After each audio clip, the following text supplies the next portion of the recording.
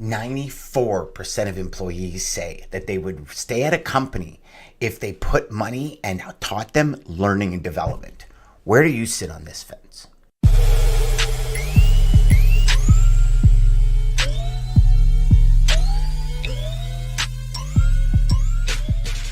Hey everybody, welcome to another episode of Sales Chatter, and today we're going to talk about the power of personal development in sales. Now, for all of you that might not believe in personal development, right? This isn't a hokey rose-colored glasses where every day is filled with amazing stuff and no matter what happens, it's okay and all this.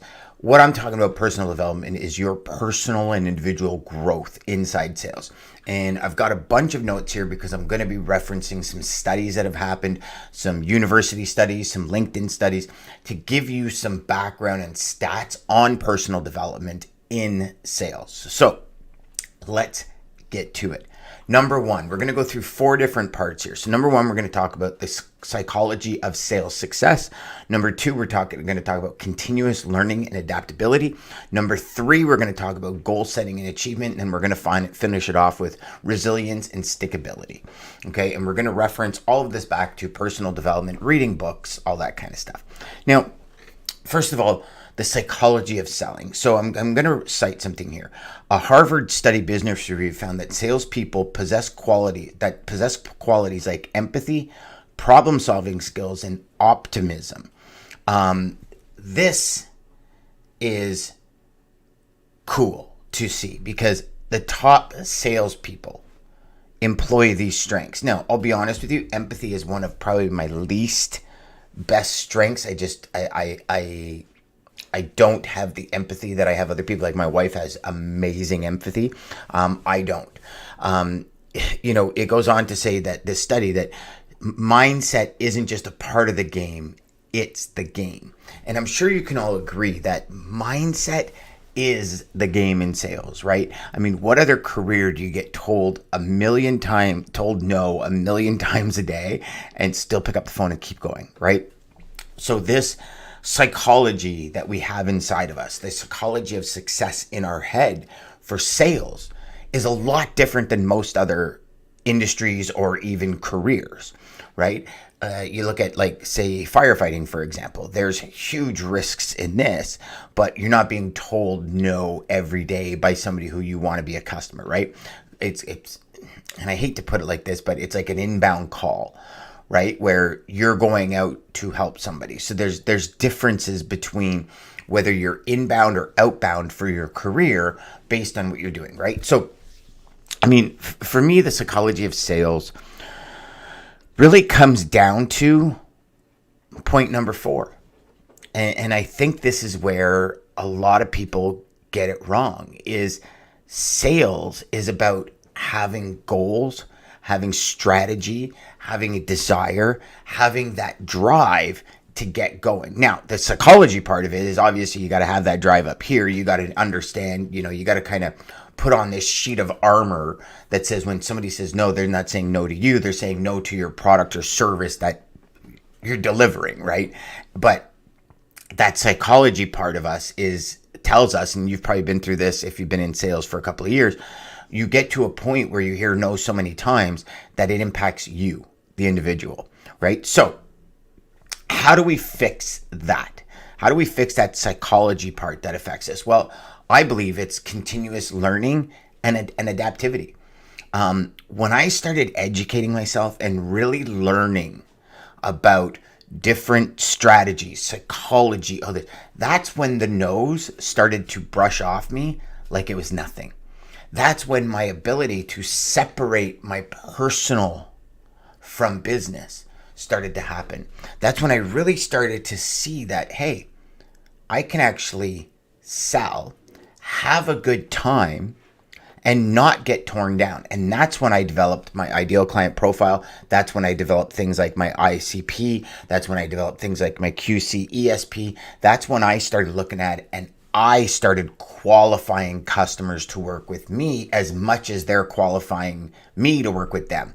And what I found is that psychology piece that simple switch that I did, that psychology piece helped me pick up the phone more often and not get deflated when things didn't go wrong. And I'm even talking when deals that were supposed to be like done did not go, right? That's where that piece for me really, really started to impact. LinkedIn did a study, and it said workplace learning report said 94% of employees would stay at a company longer if they invested in their learning and self-development.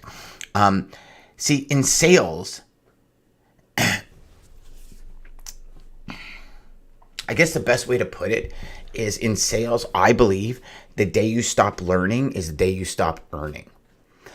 There's always another level. You know, I've said it so many times. You, the individual sales rep, the professional sales rep, whoever you are right now watching and listening to this, you have 10 rungs above where you are right now that you can reach. And it's true through that education. It's through different practices that you might not know about, or different things that other people have tried and worked and really helped them out.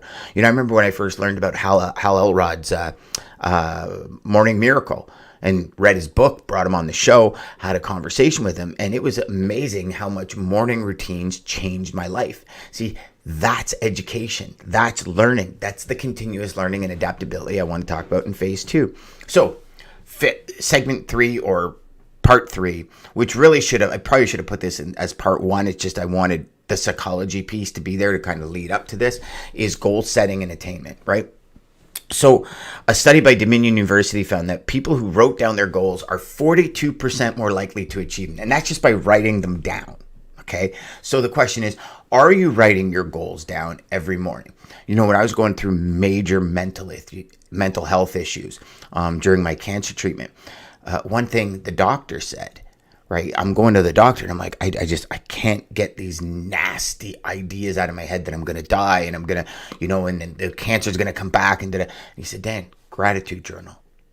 You'd be amazed at how your life changes just with a gratitude journal. So I started writing a gratitude journal, and all of a sudden, before I knew it, my mental health is getting better. Do I have episodes and relapses? For sure. I think we all do. It's like anything, but just writing that down. So now every day I write down my goals, not only my goals, but I write down my goals for the day, my goals for the year, my goals for 6 months. And I just keep up this right here, this one right here. Oh, it's probably just off camera, but I use that to write down my goals every day. I write down in my gratitude journal every morning. And you know what? It just changes that psychology, it changes the perspective, it changes that mental state that we're in. And it goes on to say here, so one of the pieces that I put here, I wanted to kind of do a phrase. The goals are like your GPS for your sales journey. So that's what I want you to think of goals as. Not as like, oh, my company's making me. It's my GPS. It's my directional guide for what my day, week, month, year is going to look like. And then finally, I want to talk about resilience and stickability. Now, see, in sales, I believe resilience and stickability isn't optional, it's mandatory. Because if we are going to be our best in this industry, we've got to be in it for the long run. And, you know, resilience and stickability, it's everything. It's everything. I mean, I think about it like this. I'm calling people that have no idea I'm alive and asking them to put their credibility, their image, their brand in their company in my hands.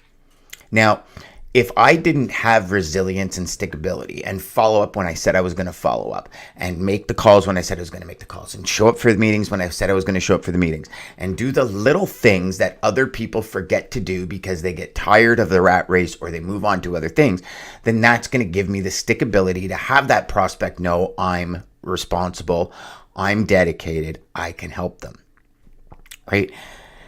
The one thing about sales, specifically in our industry right now, it's all about trust. And that individual logistics manager, traffic manager, load planner, whoever it is, trusts you because you've upheld your end of the deal while you were making sales calls, right? So that's the stickability piece. And not only that, it only starts when you get the customer. It doesn't end. That stickability, that continuous learning, that emotional intelligence, that goal succession, that drive should be even bigger once you get the customer, because now you want to help that customer achieve their goals. Now you're not only looking to achieve your goal, you're looking for somebody help somebody else achieve their goal. And then you add 10, 15, 20 of these to your sales, and now all of a sudden you got yourself a game, my friend. You got yourself a game. And this is the big piece of sales success. This is the big piece of personal development. So I'm making a suggestion here that you first start with a really good book. One of your favorite people, go to YouTube and just type in personal development. Start watching shorts. Don't watch full videos, just watch shorts. And the individuals that you connect with, find a book or go to their YouTube channel, subscribe, and start listening to their stuff. And here's the thing. With every video, start every video with an intention. I am going to learn X, or I'm going to look to learn X in this video. And it's based on the title, based on the information below, like on the description.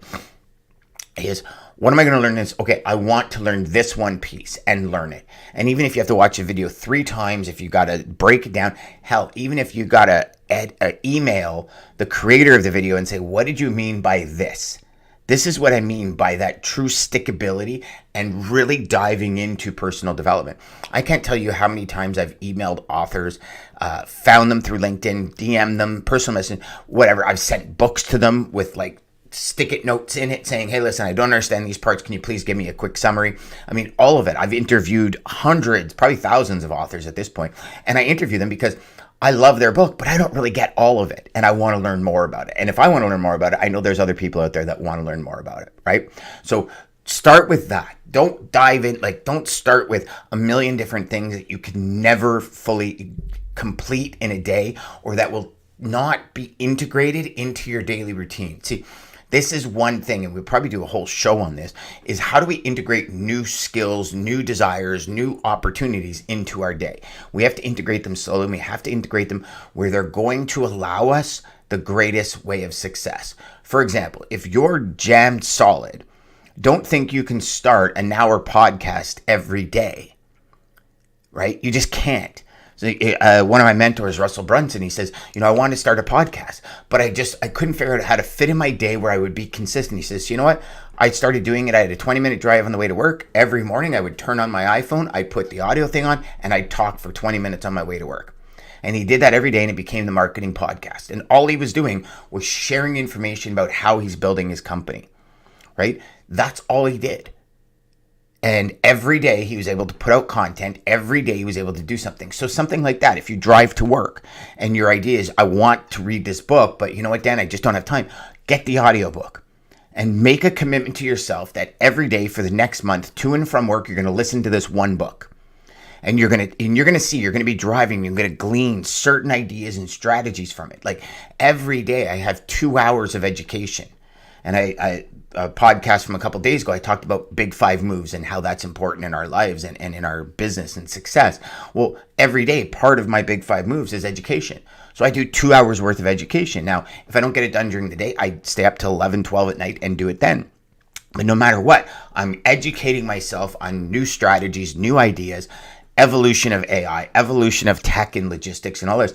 And I just educate myself on these things constantly, which then gives me an edge on a lot of the competition. So I hope that makes sense to you, my friends. Remember, go out there every day, make every call educational, and crush your sales. We'll see you on tomorrow's episode.